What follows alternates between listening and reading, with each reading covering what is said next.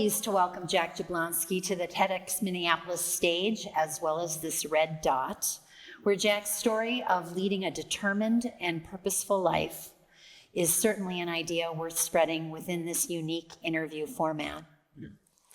Jack turned tragedy into triumph as a promising young hockey player with a story of resilience, purpose, and strength. Welcome, Jack. Thank you. We've used some words here. We've been talking about tragedy to triumph. We've been talking about living with purpose. Can you elaborate on what that means to you? LM, let me start with a question. Okay.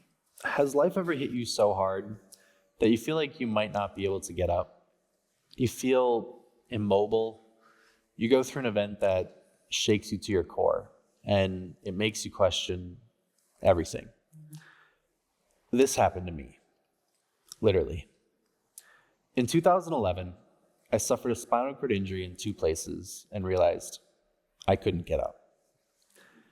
And while emotions and questions of all kinds rose to the surface, I quickly decided how to answer them. I declared from my hospital bed, I may not walk again, but I will skate.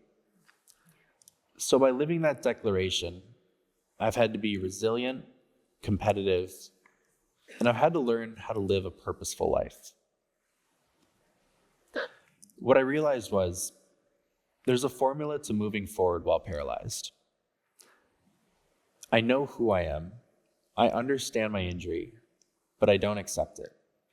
And I hope others will hear my story and that I can help them with whatever obstacles or challenges they may face. Okay, how did growing up in Minnesota, where hockey is so beloved, shape your dreams, your aspirations, and your mindset? Well, this is the state of hockey, right? I loved the sport then, and I love it now. I was as passionate as anyone about the game growing up, and I had dreams of playing in the NHL, like many people from Minnesota. At 16, I'd made the varsity team at the elite program of Benilde St. Margaret's, which had been my next goal. Heading into Christmas break 2011, I had my whole life and career in front of me. I said it then, and I still believe it today, that going into that Christmas break, I was living my dream life. Yes, sir. So to provide context for everyone, whether they're hearing your story for the first time or maybe know your story already, can you describe the injury that you sustained and share what you remember from that day on December 30th, 2011? I had scored a goal earlier in the game, and I had the puck again on my stick as I was attacking the opponent's net. As I got closer to their goal and tried to make a play, I was illegally checked from behind by 2 players simultaneously. Unfortunately, one of those 2 players led with an elbow and sent me uncontrollably headfirst into the boards. It was at that moment that my life changed forever. Do you remember the hit? I don't remember the hit, and I don't remember going headfirst into the boards. But the second my body hit the ice, I was completely aware of the situation. What followed was 15 minutes that felt like forever. I had an excruciating amount of pain in my neck, and I couldn't move or feel from that point down. I was stuck, lying on my side, immobile, just staring into the boards. As I was being attended to by the medical staff, my family came on the ice. And when I told my dad that I couldn't move or feel anything from my neck down, his blank stare of shock told me everything I needed to know. Something was seriously wrong. I was stretchered off the ice and was sent to the hospital and spent the next week in critical condition. It was during that time that I received a prognosis that no 16-year-old, or frankly anybody, should have to hear. And I was scared. Scared, but I wasn't defeated. See, I broke my C5 and C6 vertebrae in my neck. And the injury left me as a quadriplegic with a severed spinal cord. I was paralyzed from the upper chest down and spent 3.5 months in the hospital. During a press conference, the doctors told the media 2 things that stick with me today. The first was, you can fix the bone, but you can't fix a severed spinal cord.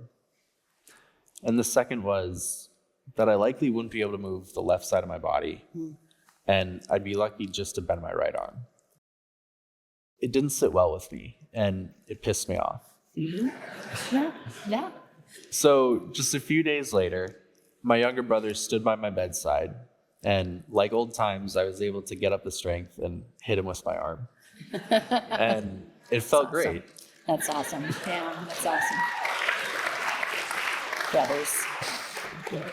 I showed that same doctor, and with a big smile on his face, he told me to keep proving him wrong. To this day, I continue to do that.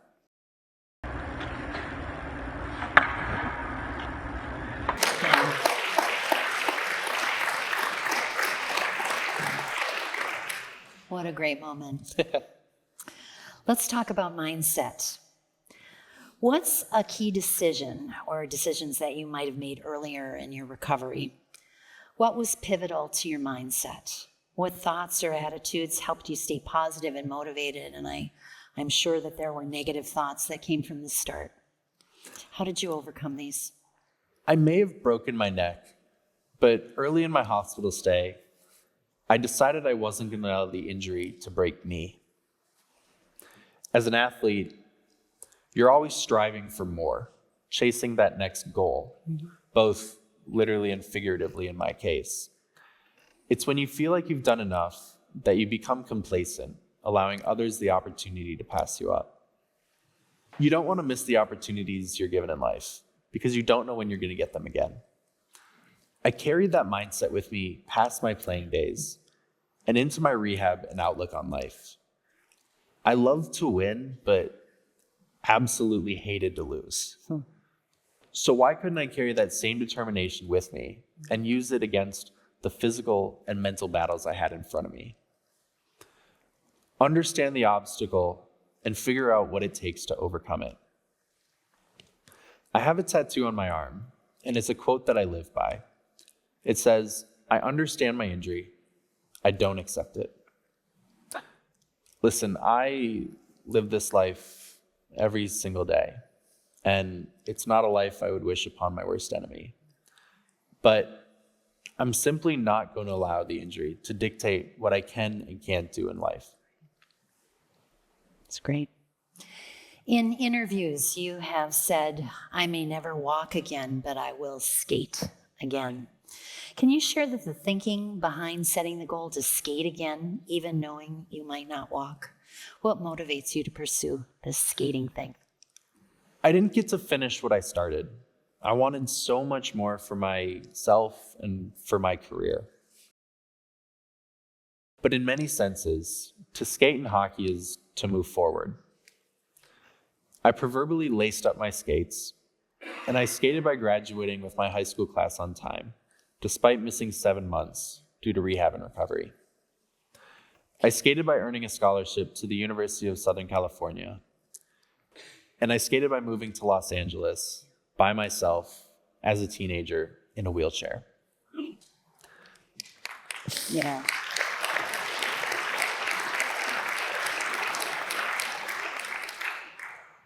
When my dreams of playing in the NHL came to an end, I knew I had to find a new way to stay a part of the game that I love. So I sought opportunities off the ice, and I have since built a successful career in content with the Los Angeles Kings. Along the way, thank you. Along the way, I have skated by graduating from USC, and I continue to seek opportunities to skate and to move forward in life. LM, we all know it's hard to ask for help sometimes, especially in certain circumstances. For me, at the time of my injury, I was 16 years old. And that's a time in life when it's all about branching out and becoming independent and getting your driver's license and moving forward in life. And while I watched my friends do that, I was in my hospital bed, embarrassed about my injury and embarrassed to ask for help. Because I felt like everything I needed help with, any human should be able to do on their own. I needed help getting out of bed, bathing, dressing, and even feeding myself sometimes. And I still do. But what I realized was I couldn't do it alone. I couldn't beat paralysis by myself. I had to embrace and accept the fact that by opening up to the necessary people, and in my case, able bodies, meant that I could get the help I needed to go after the goals that I had set. Able bodies like my personal care attendant, Danny, who's with me here today.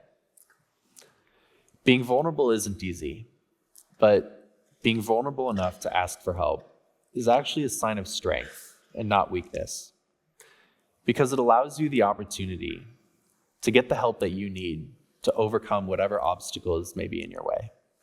Thank you. I appreciate the vulnerability with that. It's important to note for everyone listening that there is a Jack Jablonski Foundation. So it's really inspiring. And what inspired you to create this foundation, and how has it evolved since its start?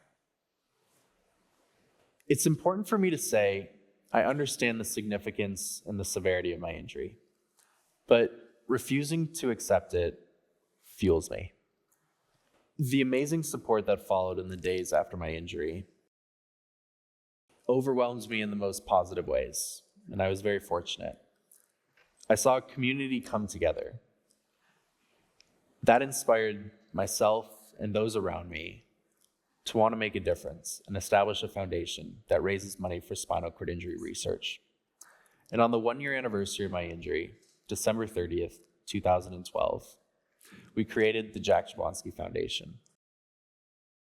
There are over 300,000 Americans living with paralysis from a spinal cord injury right now.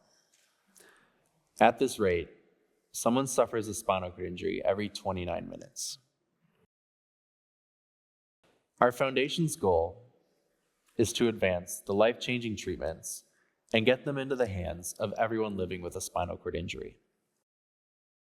As I sit here today, the Jack Jablonski Foundation has raised over $4.5 million for our cause. Wow.